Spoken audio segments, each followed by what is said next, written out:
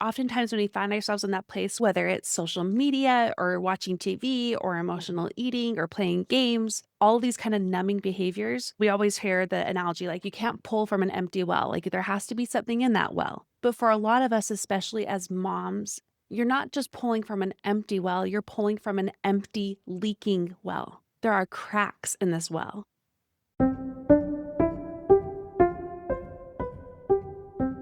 Hi, this is Monica Packer, and you're listening to About Progress, where we are about progress made practical. In June, I aired an interview I was nervous to. It was a tricky topic, one that I had alluded to over many years' time, many solo episodes, many interview episodes, but I never had addressed head on, and it was emotional eating. I welcomed my guest, Sabrina Magnan, a food freedom coach, and she shared her own journey of working through restriction and binge eating and food obsession. And she explained how our eating patterns are often serving a deeper purpose and how to heal that relationship with our food. Anyway, it was a fantastic interview, and I ended up hearing a lot about it. And one of the commenters was a progressor named Elise. The episode gave her a lot of ahas, and she wanted to be coached more in the application of it, though. Elise kindly agreed to let me share that coaching session with you today. And we start by talking about emotional eating, but it quickly became about something much bigger. What happens when busy women are so depleted and dysregulated that their brains reach for easy ways to cope, whether that's food, scrolling, TV, or other numbing behaviors? I coach Elise through understanding her behaviors better and responding to them differently. And this first begins by owning that what appears to be a lack of willpower is really a lack of energy and capacity and rest and connection or time to ourselves. At its core, this coaching call is about recognizing how our bad habits, the ones we're trying to fix, are actually symptoms of deeper depletion, and how in restoring that depletion first, then we can better address the habits. As you listen, I'm sure you are going to think of someone in your life who could really benefit from listening or who would relate to you relating to this information. So as you listen, copy the URL of this episode and share it with them. That coaching call with Elise is coming up after a quick break for our sponsors.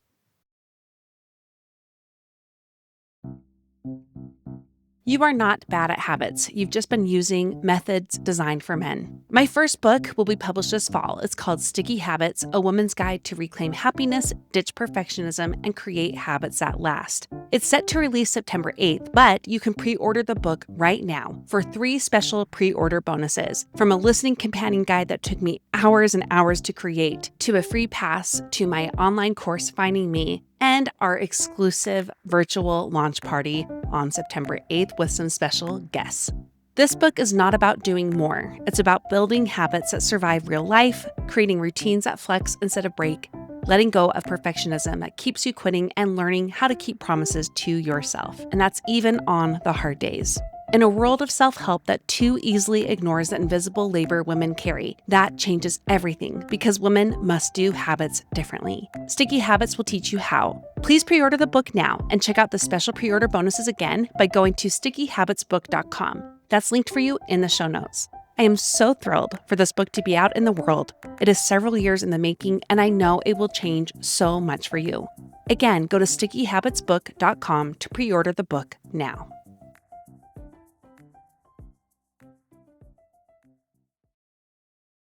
Elise, welcome to this coaching call with me. Thanks for being here. Thank you, Monica. Can you tell everybody a little bit about you? Sure. My name's Elise Kirk, and I live with my family of 5 children, my husband. I actually grew up abroad. I'm from Romania originally. And I came here to school and I started a mission and then worked in politics.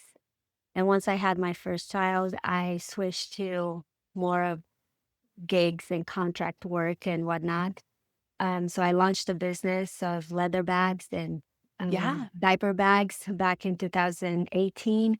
And I also do interpreting for Wow. immigration court currently and the Church of Jesus Christ of Latter-day Saints. So That's amazing. I mean, from politics to leather bags to interpreting, that's quite a history right there. What brought you to a coaching call today? Yeah, so listening to one of your episodes more recently with Sabrina, Mm, she brought up kind of a new angle when it comes to eating right and maybe dieting or not dieting, just all of that sphere. And it was how when we're dysregulated, we tend to not have balance in that area of our lives. okay. And what about that gave you an aha? Like, how did you see that showing up for you? So, funny enough, and not really funny because that's how things line up. The beginning of this year, I had another great realization that I was being dysregulated just overall in my life. Mm, And the way I saw it manifesting was with social situations. And I just mm, kind of took to heart certain scenarios and things that were bothering me and hurting me in a way that it surprised me. So I stepped back and I got curious about it and I kept mm, thinking and just kind of searching. When I got mm, curious, I realized, wow, maybe the root of all of these things are me being dysregulated. Um, okay. which it was a new concept. Mhm. And also knowing that, it kind of switched all my perspective and take on what I was going through. So this is something I experienced too, and it kind of translates to almost every coaching client I've work with is that we all have this moment or series of moments that help us see this is not the way I would normally be in this Mhm, situation. mhm, Whether it's with your kids or another relationship or socially, mhm, or if something goes wrong in the household or you have a disappointment and the way you're showing up to it, it's kind of like, wait, that's not me. That's not mhm. me. And I think that's a great way to describe dysregulation. It's when you don't feel like you are in the driver's seat, like you're not really quite making choices that are your own. And we know that is in large part thanks to just a survival mode that kicks in. Yeah. We have lots of great episodes on that. You seem really well versed in that. So I just mentioned that for people who are wondering more about what dysregulation is. It's a survival instinct. And that came up with Sabrina's episode on emotional eating. Okay. And so for you today, you're here because it helped you see the root of all of my maybe issues that I'm facing, even socially or maybe in other ways too, all comes back to dysregulation. So much of it, yes. So, since you're already being so curious about this, what do you think is kind of this missing piece in the puzzle for you? Like, how are you still seeing this show up for you in ways that worry you? Or is there another part that you're like, I know I need to work on this next, but I'm not quite sure how? I think the realization I had listening to your episode was that, wow, just as it's impacted my social life and the way I show up for my kids, this explains so much why food has occupied so much of my mind. And like last year I tried everything, like the cleansing diets and working out super intensely and nothing happened. And then Mm, I even tried the trees appetite for like mm, 6 months of last year and it worked well, but that's not it either. It wasn't for me anyway. yeah. Be- Okay. be- because at the end of the shot, you would feel like crazy and out of your mind, and you Mm, just wanted to consume all carb got and sweets and all that. So I wanted to actually feel more in tune with my body and what it needs and all that. Okay. Um, but again, I didn't quite have had this other piece of puzzle, and it explained a lot because I would talk to one of my best friends who also has 5 kids, who lives across the country, and her and I would always go through phases like, "Oh, we need to quit sugar, we need to get healthy." And in theory, I kind of know what it takes, and I just told her like, "I just don't feel like I have it in me at this stage of life." Yeah. I feel like there's just too many demands and dealing with my kids' requests and demands and holding the house together. I just don't want to do this other thing too. It would feel like too much. But I didn't understand why I felt that way. Mm, And it kind of explains it like, yes, I am being dysregulated because of all these demands and not reacting to it better, I guess. okay. I feel like you really exemplify a lot of wisdom Uh, you're paying attention, you're getting curious, you are listening to yourself, and as part of that, you're listening to the resistance. I mean, you tried a lot of things, right? Yes. But from what it sounds like is you're able to identify like those things actually added to the stress and the overwhelm instead of helping you deal with the root issues, right? Yes. And, I tried the calorie tracking, and again, it didn't feel sustainable. And I also did not like doing it. And I remembered sometimes in college, I would be so obsessed to get those A's in my classes, and I would work so much and do so much that I would drive myself crazy. And I would get to the point that I'm like, you know what? I'm just going to stop caring. I'm like, the Yeah. heck with this. I'm just not going to do this anymore. And as soon as I would step back, things will like actually work out on their own. Uh-huh. And as soon as I relaxed, I almost had better results because I relaxed. Mhm. And I kind of felt the same way with Sabrina. And I might now lose the 10 to 20 pounds that I would love to lose. But just the fact that I'm giving myself that break and that Respiro, like, that's not the right way. I shouldn't obsess over this. I do, at least I'm not obsessed with eating all the time. Like, I eat what I want and then leave it away, like, leave it Yeah. alone for the next while, you know? Yeah, so it sounds like you want a relationship with food that isn't about micromanaging, nor is it about apathy, but it's about listening to your body and like a sustainable, kind of healthy relationship. Um, and as part of that, you're identifying that that involves figuring out how emotional eating is actually trying to help you with the dysregulation piece. And that's what we got to get clear on. And, before we do that, this is for you and for those listening too, which I not normally shout out the people who are listening, but in my book coming up, Sticky Habits, on the whole part, 3 chapters worth I have on bad habits, I talk about a client in particular who was working on emotional eating. And I say that because emotional eating is really loaded with a Mhm. lot of layers. And it's also loaded in terms of it being appropriate to work on with the right kind of person. Like, we have to be really careful that what someone describes as emotional eating isn't actually disordered eating or an eating disorder. But from what you've described to me, and this is how it was with this client too that I shared in the book, and I hesitated because I'm like, I don't want to talk about something that, is actually more of a disordered. So, but I had to talk about where she was at with her. And I want to kind of make sure that's the clarity for you too. Is this is a coping mechanism, and that's how all emotional eating starts, and that's how all eating disorders start. Is it's a coping mechanism at its root. It's coping with the stress of being human, of being dysregulated. So I want to get clear on what that looks like for you and then to what degree, so then we can better help you. But from what you've described so far, it sounds like more in the emotional eating camp instead of like disordered eating, but we'll talk more about it too. So I just want to make sure that's really clear too, because if there's ever something more than that, that's when I'm like, let's get you, like, let's find out like a good therapist that would be perfectly um, better suited for that, I would say.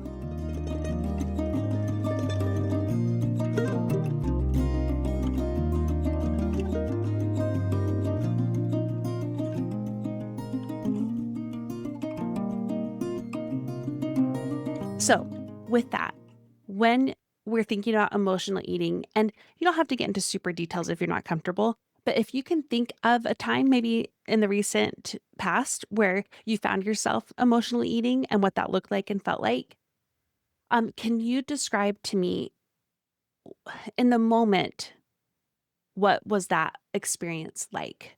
If I were to encapsulate it in a few states, I would certainly say that it's when I am on a low state of being, low emotional state. Maybe when I've had some disappointing social interactions, Okay. when I feel maybe neglected Mm, and not chosen by others as much as okay. I would want to be chosen.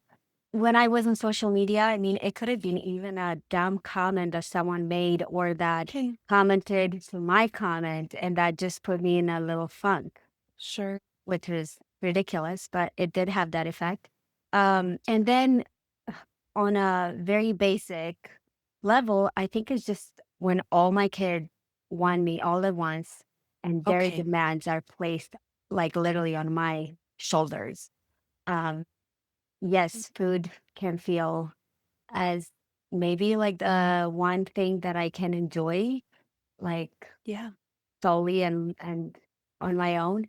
Most recently too, one of my kids pulled out. So my youngest one is 3, and he Mhm. was playing with a tube, and he accidentally pulled out his whole molar Oh, with roots and mm, everything. oh gosh. And I had to deal with his Oh gosh, yeah. reaction and blood and everything. And Oh, in the moment, as most moms probably, like, you hold it together for them and you take care of whatever's needed.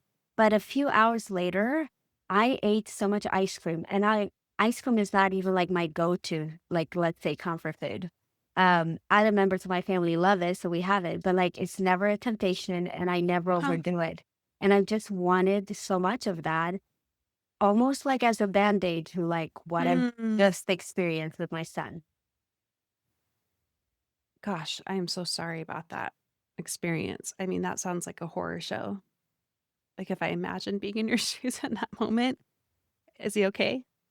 Yes, and he was good for it, and just a few hours later after naps, he was like, "I'm all better now." And I was like, kids are so resilient. I would probably lay down for a week and cry a Oh, few yeah, times. Yeah. same. So this is helping us highlight a few things. For you, it doesn't sound like, I mean, I'm sure there's food noise for sure and like Mhm. chronic questioning and like thinking about right or wrong choices and all that, but it doesn't sound pervasive in terms of behavior. Like it's not an all day, everyday kind of thing. It's more spurred by an event, one that either involves rejection of some sorts Yes, but socially. I've also had those moments too, Yeah. when it was when I would just make those goals like, "Oh, I need to lose all my baby Uh huh. weight, and I really wanna get back to what I was before." And then I would obsess over it, and the food Yeah. noise was worse. Yes. Yes. That happens a Um, lot. Mm-hmm. but most recently, I probably kind of gave up on that goal after Trizup and I know. And yes, so Yeah. it's more the other things that I shared. Yeah. It seems, yeah. And that tends to happen actually. And that's a big part because that kind of extreme obsession and dieting creates more Mhm, stress. And, mhm, and if food is, you know, part of the pattern of regulating and finishing that stress cycle, it kind of makes it more pervasive and harder. Um, So I think it's good, you know, obviously you've stepped away from that for now, but it doesn't mean we throw mhm. the baby out with the bathwater and it's just like, well, we don't care about your health anymore. No, we want to care about your Yeah, health, yeah, right? But to do that, we yeah. have to get at the roots of why this is helping. Mhm, And so what you just described now, in most cases now, it seems like related to an event of either rejection or stress. And both are stress, actually. They're both stress, like mhm. overwhelm is stress with your kids. That rejection is a stress. And you describe some ways that the eating is helping you. It's a distraction, it's a comfort, it's a band aid. It kind of helps ease the pain a bit. Is there any other thing you could say, like, if I actually got objective about this behavior, if I removed the shame from it and Mhm. just said, like, oh, I'm lazy or like I can't like have self control, like if you were to remove that kind of self shame and blame about it, how do you think the behavior is trying to help you? Anything else? I mean, it is always easier and more within reach to eat, um, not well Yeah, because, it's just uh convenient. yes, so Mhm. convenience, and it's also not being able to place myself first. I feel like for me to Okay. get there, I would have to become a lot more rigid for everyone else's needs around me, and Yeah. to place my my wants first. Mhm. And I don't see it as a need because I'm still healthy and I still exercise a few times a week and all that, but it's not at the level that I would do it on my own. Got it. Okay. Well, and I've seen this with other clients too, like sometimes that moment where it's a treat, and it doesn't mean it has to be a literal treat, but it feels like a break from everything. It Mhm, actually is a way to make yourself a priority in a weird way, where it's like this treat Yeah. equates me taking care of myself to some degree, or like prioritizing myself in a way I normally can't. Or it's Yes. an easy way to do it. Yes. It does feel like, oh, this is just for me. Like Uh-huh. I can enjoy it and it's just mine. Mm-hmm. And there are times where that's totally fine. Like, yeah, giving yourself a cookie in your room by yourself, Mm-hmm. it's a great way to give yourself a break, or going out to get a lunch for yourself or another kind of treat or something you wouldn't normally get. Like, that's totally fine. But when it's like, when it doesn't feel chosen, that's the problem. That and what I noticed also with social media, I realized the danger with it is that it can never feel enough. And Yeah. I don't like doing things that like the more you do, I mean, that's kind of like what addictions or what vices Uh-huh. do. Like good behaviors and when you eat healthy food, even when you enjoy it, and I enjoy plenty of healthy foods, I don't Yeah. feel like I don't have this like want to like keep eating it until like Yes. there's no end. However, with sweets, like there's this mochi cake. Have you ever had mochi cake? No. It's very spongy and it has just the right texture and it's light enough, but it's not really light because it has a ton of butter. I could eat to no end. Yeah. And that's scary to me because I'm like, Mm. this is not right. I want to eat things that I know I can stop when there's no more need for it. Mm-hmm. And sweets and junk and all that, they don't give you that. Yeah. And so again, this is going back to like that all or nothing pendulum swing. We tend to think like in order to fix this, I have to go to these extreme methods, but those extreme methods land you back in the another extreme, right? Of just being like, well, mochi cake all day, every day, and what we're Yeah. trying to get you back to is a place where you feel like you are in the driver's seat, where you're choosing, where it's not like trying to demonize food or to also use it to excess. It's more about feeling like you're the driver of this relationship. What you described to me too is like oftentimes when we find ourselves in that place where like there just isn't enough and we just keep trying, whether it's social media or watching TV or emotional eating or playing games. Sometimes it's even things that look productive, like organizing, Mhm. all these kind of numbing behaviors. Mhm. The reason why that happens is because it's like, I don't know if you've heard me talk about an empty well. Like we always hear the analogy, like you can't pour from an empty cup, right? Yeah. Or like you can't pull from an empty well. Like there has to be something in that well. But for a lot of us, especially as moms, and including if you still have young children, which I know you do, and you're also, balancing child rearing with work and all that, you're not just pulling from an empty well, you're pulling from an empty, leaking well. Mhm. There are cracks in this well. So there's a part of you and there's a part of this behavior that is actually very wise because it knows this well isn't just empty, it's leaking. Mhm. So it's not just let's give a little bit in there. It's like more, more, more, more is needed because that's the truth. Yeah. Things will leak out and there will never be enough. So there's a lot of wisdom in this behavior. There's a lot of wisdom too in the fear. We have to then extract, well, the wisdom here is I want to feel like what I pour in this well is going to help. The wisdom is understanding that you're not really a priority or taking care of yourself as much. There's also wisdom in identifying not much can change unless you like hired a full-time nanny or something like extreme. That is not likely an option. I know it isn't for me either. Um, and that might not even be a desire you have. So No. it's kind of like, well, then how do I, Mhm. without changing my life dramatically or going for extremes, how do I spackle these cracks in the well Mhm. so the things I'm doing actually helps fill it up a bit more and more and more so I have things to draw from so that my body and my brain, because this is almost like a biological thing that's happening, right?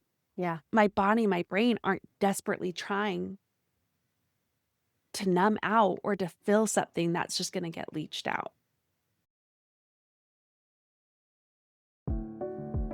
This is a really huge moment for About Progress. Not only are we celebrating 10 years of the podcast this November, it's also right around the same time that my first book is getting published, Sticky Habits.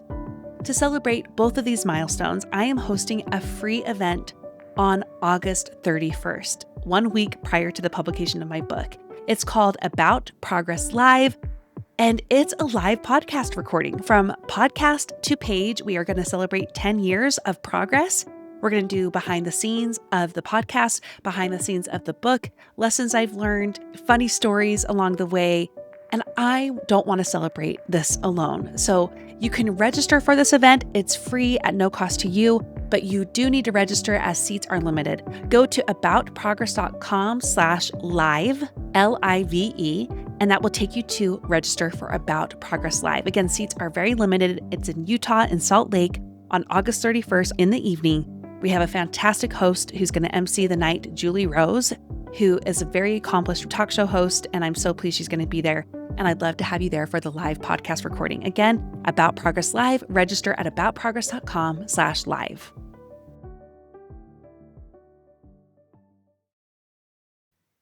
So I just talked a lot. What if that is like, whoa, or like, oh, I didn't think of that, or that feels really true and right to me?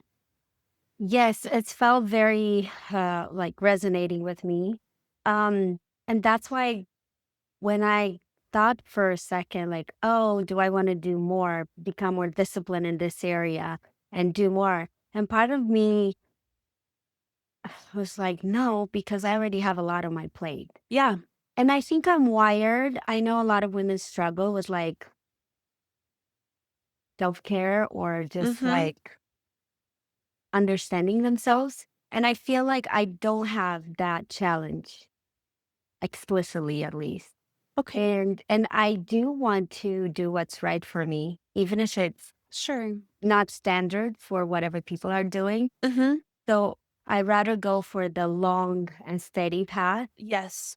if it means I'm cared for Yeah. properly.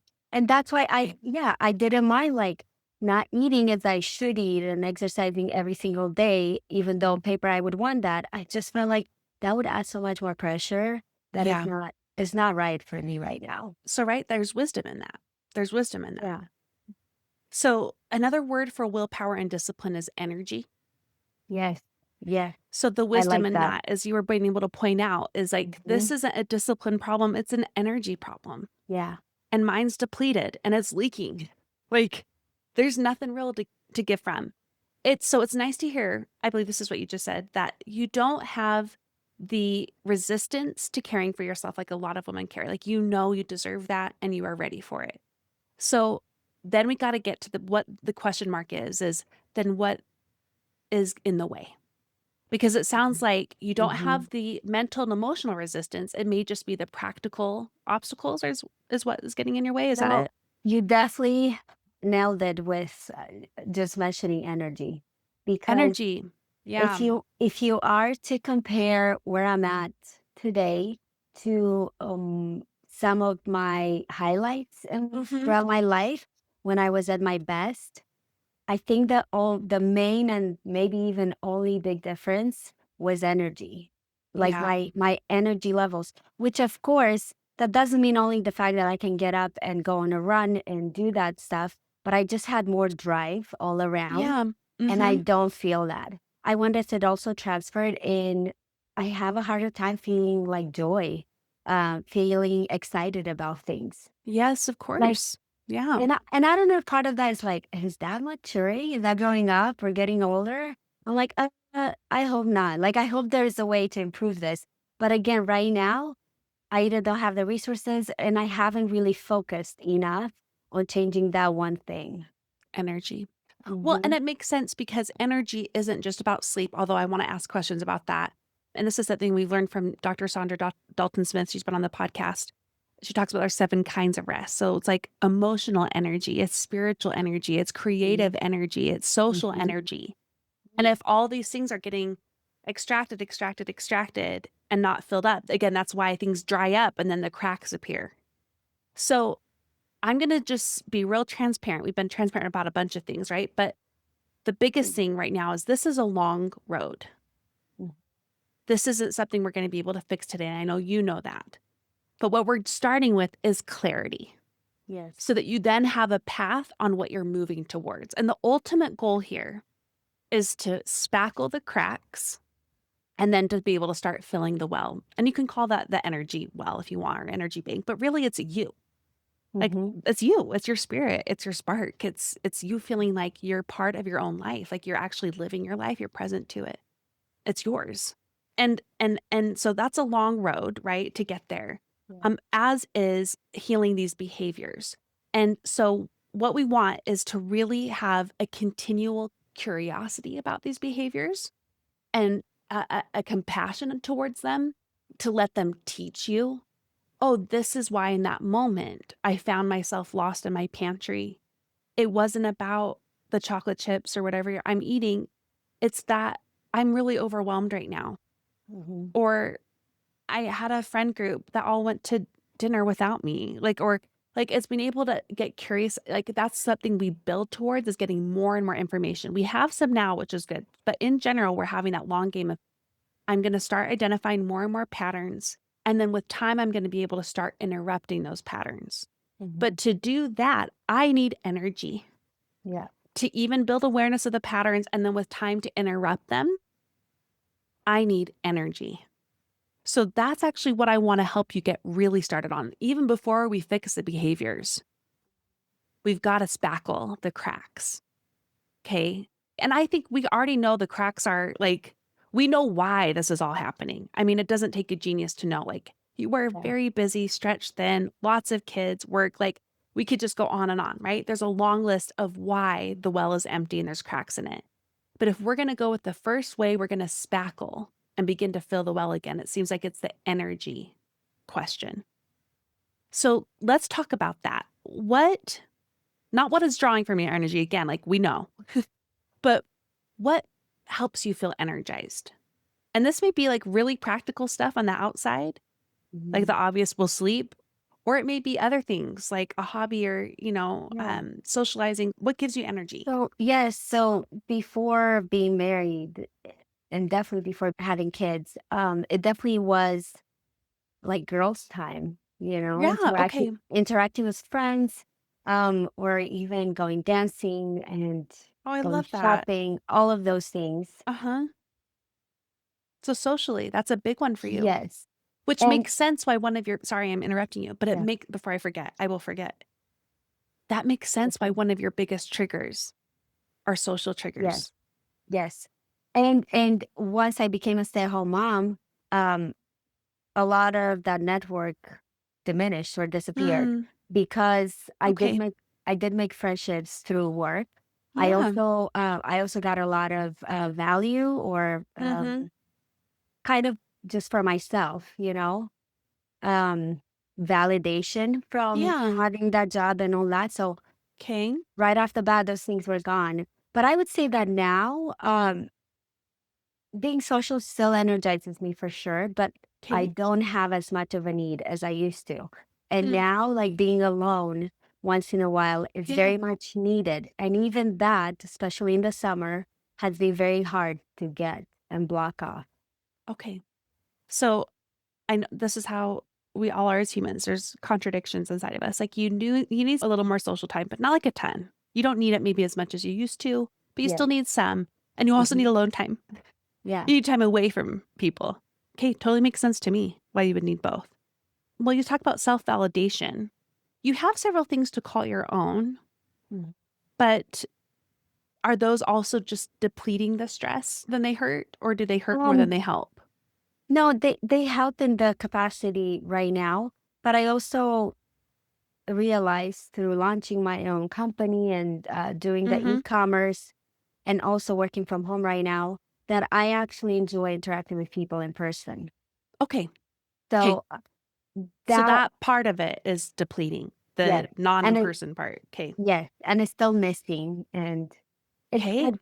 It's good for right now, and again, my kids are the priority. But I know looking forward that I need to be part of a team or just to interact with other adults. Okay. So this is really illuminating. We know that there's parts of that job that fill you, but now we can see what parts deplete you, which can be filled with in person time with other people. Okay. What else gives you energy? Is there anything else? I mean, going on trips just with my husband is great. Yeah, yeah, that's awesome, right? Okay, So so a we little tried, adventure. yeah, we tried to do that every so Great. often. And I don't know, that's the problem. I feel like there's not as many things as there should be almost. Well, that's fine. Yeah. It doesn't have to But be an exhaustive list. no, but it's just surprising to me Hmm. because that's not how I used to be. And I'm like, Yeah. am I changing or am I going through a funk that is like years long because I'm Sure. raising kids and things have changed? And I think part of me keeps waiting for me to bounce back to who I was and how I was. And I'm realizing that both like the physical part, like my weight and body, are not ever going to function again like they did at 25. Yeah. But maybe even emotionally, I will never be Hmm. that person again, even Mhm. though I keep waiting. Mhm. Um, but so much of life, I feel like fulfillment has to do with expectations. And it's very important to me to keep the right expectations for the right things. Well, and I think that's wise. What I will say on that is I think the question of basically, have I changed and will I ever, like, it's okay for me to just accept I've changed and Hmm. to accept this new version of me, or should I be trying to work back towards who I used to be? So the answer here is it could be either way and still be good Yeah. and right. Like Yes. you could decide Yes. I'm going to accept who I am now and learn to embrace that and be who I am now. And Mm-hmm. you can also say, no, I want some of these things back. And Yeah. again, that's part of the longer game here. That's Mm-hmm. part of this curiosity. In many ways, these numbing behaviors are numbing out the side of these answers too, of knowing actually, I don't need to be 25 me anymore. Yeah. Yeah. I can be however you old are version of me right now. But maybe there's parts of the 25-year-old me that Mm-hmm. I realize I'm missing and I want to bring back. For me, like it's my optimism. Yes. I think age has made me more cynical and in some ways, like in ways I don't really like. Yeah. And I would like to find ways to believe in the best in people again Yes. and have more hope again Yes. about the world and other people.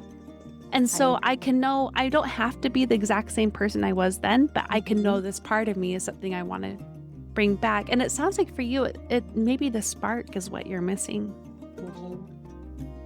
just that Yes. little bit of spark. And those answers I think will come more Mhm. as we're getting curious about these behaviors, as we're trying to work on these spackling these cracks.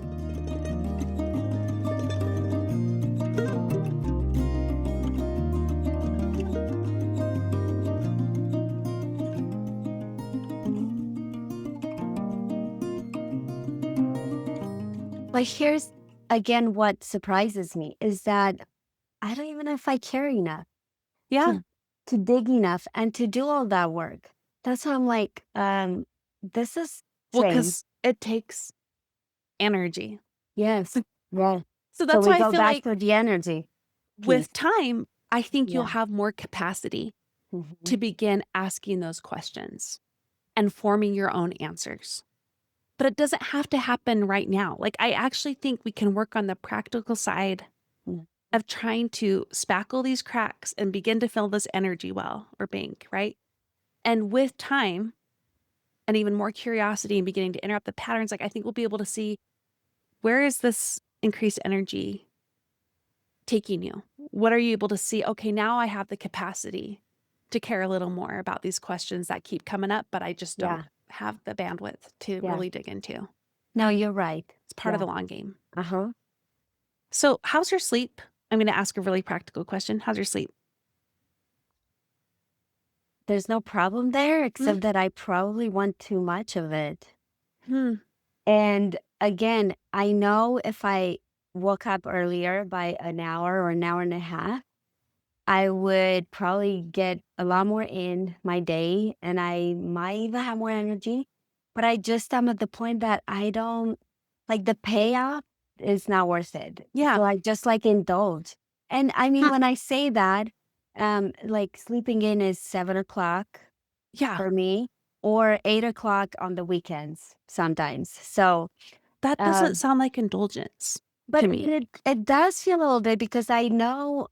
I could get a lot more done, but I still feel like, well, I will still do it even if it's not necessarily Sure. in a shorter time frame. Um, but then I also look at the state of my house and everything, and I'm like, this is not the best of me showing up. I could show up Mm, better, and in theory, I like to do that.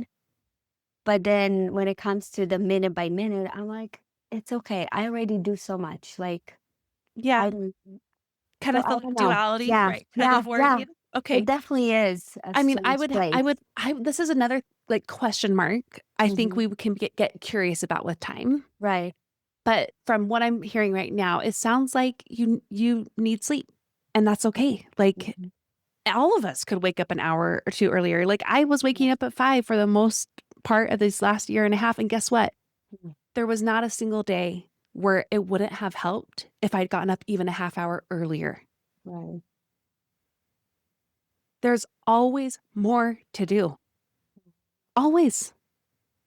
And I've had to accept that too. I had to do that because of the book stuff. And I told my Yeah. husband recently, I'm like, I'm not doing that anymore. Like it never it helps, but it doesn't there's no limit to how Yeah. early I could wake up in ways that would actually help everything run better. So what is your standard or like your sweet spot of waking up and I'm not starting the sure day? yet. For the Okay. summer, I'm waking up at 6, but that's Okay. because I'm going to bed still early too. Because I'm also like you realizing I need a lot more sleep. Yeah. And that's okay. Like, I don't know if it's aging. I don't know if it's just Mhm. life circumstances or like built up fatigue over the years, but I'm like, I Mhm. need a lot of sleep. I need a lot of sleep. So I'll see how the school year goes, but I just want to kind of give you that to know Yeah. it's okay to need sleep, you know? And so maybe that's okay for you. That's working for you. Or maybe you'll be able to identify with time. Actually, I just need to go to bed earlier. Or maybe you're going to bed fine and that's fine. So, but we are for sure clear on ways to prioritize in-person sociality. I didn't know else to say that. It's going to be important, but also alone time. And the how here. Mhm. So again, today we're about getting clarity. That's really what we're doing mostly. The action steps are still going to come more and more with time, but I want to at least give you one simple way to get started. Of those two, which one do you want to start prioritizing? Alone time or in person social time? Well, when I say alone time, it really is to read, to journal, to be with myself, Uh huh. and to kind of self-regulate. I Yes. think I think I've Yes. always used that alone time That sounds great. for that reason. Uh huh. And also, it could be at the gym. Okay. I haven't been consistent during the summer, and I Mm feel hmm. it. Like Mm I hmm. definitely enjoy it more when I can go, and that's when the waking up earlier would help. Sure. So, Okay. Maybe that's kind of one we can work up to, mm, but the one you can start with is the journaling time. yeah. Mhm. Um, when is a good time of day for you to do that beyond waking up earlier? Let's just eliminate that from the equation for now. Probably evening time. I would Evening. like that. Yes. Okay. What I want to be able to do is help you get a when then pairing. So when I start the dishwasher for the night, maybe that signals the end of your responsibilities for the day. Then I'll go into my room and journal, or when I'm done washing my Mhm. face, or when I'm done brushing my Mhm. teeth, or when I'm done saying my prayers, or when I'm done saying goodnight to the kids. Like, is there a clear thing you do most nights that we can attach this to? It would be putting the kids to bed. Shouldn't say the problem, but that's the time we have to get as a couple. And Mhm. unless I coordinate with my husband, if he has something going on or can go do, I will also feel like, oh, I'm not showing up for him. Like Yeah. it's still not my time. Yeah. Yeah. It doesn't sound like it. What if this is an and thing? What Mhm. if I can have alone time and we can have time together Yeah. after? Mhm. Could we make a little space for and? I think right now you're probably like, I need like 2 hours alone every night. Like, I Yeah. know I feel that way. I definitely And recharge by being alone. not every night. No. Not at all, but Yeah. What if And then, this we had I'm trying to help you come up with the baseline version. This is the mhm, smallest and simplest one that yeah, just can release, the pressure valve, also give you a little doing a little bit of spackling every time. So yeah, it's not going to like change things overnight, but it's going to help and also pave the way for other forms of alone time or longer bouts of alone time that you can coordinate with your husband. yeah, Where you say, "Hey, listen, I'm going to start with Sunday nights. I need an hour to myself." yeah, Or it's okay if you say 3 nights a week, I need an hour to myself. Of course, yeah. you can still have some couple time, right, on the other nights or after that, but Well, a baseline version will help too. Go ahead. and it's hard because in his views, like, well, you have all day to yourself, and I don't No, because you I'm at don't. work. But I don't, and also even if I did during like an afternoon, I just felt like I'm not as in tune with my mind or Yeah. myself. It's kind of You this, probably have a lot of urgency alarm bells going off in your mind of what needs to be done where and with whom and who needs to be or picked up and where. And I'm just more dull. Even if we have downtime, I yeah. just want to have downtime. Like it's not going to be an introspective, like productive Okay. anything. Yeah. Okay. But And that's evening, it's part of it. easier to be a little more introspective. I think so. Yeah. Okay. Let's start with the baseline Okay. of like when I put my kids to bed, then you can say 10 minutes to journal or be alone. You can Yeah. decide what you do in that alone time, whether you're journaling or you're just sitting and thinking. And you can set a timer, a literal timer. Yeah. And and that allows you one the consistency you need right now for those cracks. This is a need. It's not a want. Mhm. This is a need. Okay?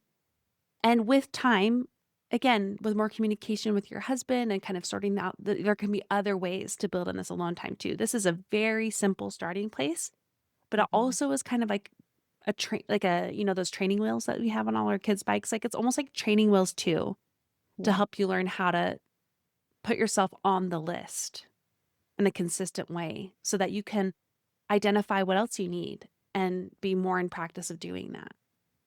I do like and appreciate how we started with food Yeah, and we ended with time journaling. alone. Yes. Yes, alone time. Well, and here's the thing. That's not going to be the only answer. And again, we've talked about this again. So I know you have this perspective, but here's what I want to say. This is the starting place, but you're building a foundation here. Like healing this relationship is like building a house. And building a house comes in many phases and it Mhm. takes time. And what you want though is a strong, sturdy house. So that means you need a foundation. So we're beginning to build one part of that foundation. And with time, you'll be able to identify other ways to have alone time to add to that foundation, social time, and you're going to heal the cracks in your energy well. And then you'll be able to see, oh, I actually need this, and this is going to help me. You're going to have more energy to be curious about the patterns than to begin to Mhm. disrupt them, to replace the needs with other things. Like it's a long game, right? But we're starting with right now, we're just starting to dig a hole that the foundation is going to go in. Okay. And one other thing too is with all coping mechanisms, all coping behaviors, Mhm. like we said, they all have these roots of trying to help. When they are to a place of uncontrollability and Mhm. chronic behavior, and if you ever worry, like, is this actually more of an addiction or something that's more of a disorder? Mhm. That's that's the time to seek out like a real therapist who knows this stuff, right? But right now, I think you're in a good place to at least start with these roots of I'm going to take care of myself in the small way. Mhm. And I'm going to just begin with more curiosity about these behaviors in the moment. And I'm going to start trying to identify in the moment what are the patterns? How is this trying to help? So that with time, we can interrupt those patterns more. The line between a bad habit and an addiction is or a Mhm. disorder is pretty fuzzy. Mhm. But if you're curious or worried about it, it always helps to find out. It's always worth just finding out. But at the roots, it's okay to start in this place of Yeah. curiosity and trying to get more support and figuring this out. Okay? The way we Yeah. are. I appreciate it. Yes. Okay, we've got a starting place for you. What is something you want to remember from this conversation? That my emotional eating is a coping mechanism Mhm. instead of just treating the actual foods I eat and controlling all that behavior is trying to solve the source of why I even need to cope at this stage of life and activity and demands. Good. But yeah, that was. And you know what I love the most about that is it's not, and there's no element of self-blame there. Shame drives bad behaviors. Okay. These bad habits are actually helpers in disguise. They're trying to help. They're just doing it in a way that's hurting. So if we get to the roots of why they're helping, then we can start to help you in different ways Mm. that will give you the capacity to begin working on the patterns, these behaviors with time. Okay. And that's what I loved about that episode and the Yeah. approach that Sabrina has Mm-hmm. is that almost every trainer you would talk to or any person in the industry, I feel like they would just tell you to be more disciplined and to do more Exactly. and to be more strict and to follow a very regimented pattern, like plan, and it kind of never felt like right or the Mm-hmm. best way. I'm sure it works and it will have results, but to what Well, cost? and it can work for certain people for sure, but they don't have the same life you do and the Yeah, same patterns and the layers there. Um, and that's all there is to it, yeah, yeah. and that's okay. Mhm. And to be quite frank, it's a very small minority that I've seen that works with. I think that can help to a certain extent if you have more capacity, Yeah. and that capacity has to be built up in other ways, and the healing takes time. So you're building a house to heal this relationship. Let's start with this one small way of beginning to build this foundation you need to a really strong house of healing this relationship. And that's with prioritizing this small amount of time each day for yourself.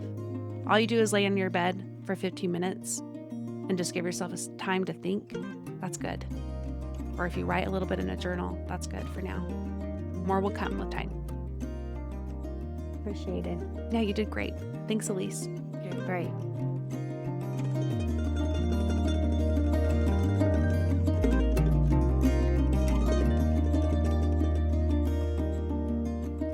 I hope this episode gave you the hug and kick in the pants you need to grow. I'll now share the progress pointers. These are the notes I take so you don't have to, and those in my newsletter get them in an expanded graphic version. Each week, you can sign up at aboutprogress.com/newsletter. Number 1, get curious about your coping habits instead of judging them. Number 2, before assuming you need more discipline, check your energy. Number 3, look for the cracks in your well. Number 4, identify what actually restores you. And number 5, start with the smallest version of what you need. Again, that's a shortened version. The expanded graphic version is available for you in the newsletter. Sign up at aboutprogress.com/newsletter. We send the newsletters out on each Wednesday, so you have a couple days to, listen once the episodes go live. I referenced a couple episodes in my chat with Elise, and I'm going to link to them. One is my interview with Sabrina, and then I have the interview with Dr. Sandra Dalton-Smith that I've also linked in the show notes for you. She is going to be a speaker in the More for Moms conference this year. Cannot wait. And then I also have a big episode on the ends of numbing out that I will put in there, and a couple on regulation as well. So this is a meaty topic. Numbing behaviors is heavily featured in my book, by the way. The last part of the book, several chapters worth, 3 chapters worth, is devoted to bad habits that are really numbing behaviors. So if you want to even go further in what I'm teaching here, make sure you pre-order Sticky Habits, which is getting published very soon, September 8th. This podcast is listener supported. Members of the Supporters Club make my work here at About Progress free and available to all without us putting anything behind a paywall or having to add in a bunch more ads. So thank you for that. If you are interested in supporting my work and as part of it, getting access to 3 levels of exclusive benefits for more time to more content with me, including my ad-free premium podcast, More Personal, be sure to check out the benefits by going to aboutprogress.com/support. But you can always support the show for free. The best way to do that right now is to share this show with that person you thought of as you were listening. Make sure you copy the URL of this episode and send it their way. A bonus one, also for free, is to leave a rating and review on Apple Podcasts. We have had very, very few left this year. And doing so automatically submits you to the anniversary giveaway we'll be doing this fall. And that's the only way you can enter the giveaway is by leaving a rating and review on Apple Podcasts. So thank you for doing so. We are coming up on our 10-year anniversary really soon. So just a little plug on that. I would love to get more voice memos. We've had a few sent in, which I'm so relieved about, honestly. But when we come up to that 10-year anniversary, mid-November, I want to do a Dear Progressor episode. We have not done one in a long time. And that's because they're typically hard to get people to send in voice notes. We had a much smaller audience when we did this as a monthly episode, and we always had submissions, and it's been harder and harder even though our audience has grown a lot. So what has this show meant to you? What's a favorite guest or lesson that you learned? A memory, something that changed things for you, or just in general, what you have appreciated about your time listening to About Progress. Record a voice memo on your phone. Every phone has an app that helps you do that. And email me the file at hello@aboutprogress.com. I'm so appreciative that you took the time to listen. Now go and do something with what you learned today.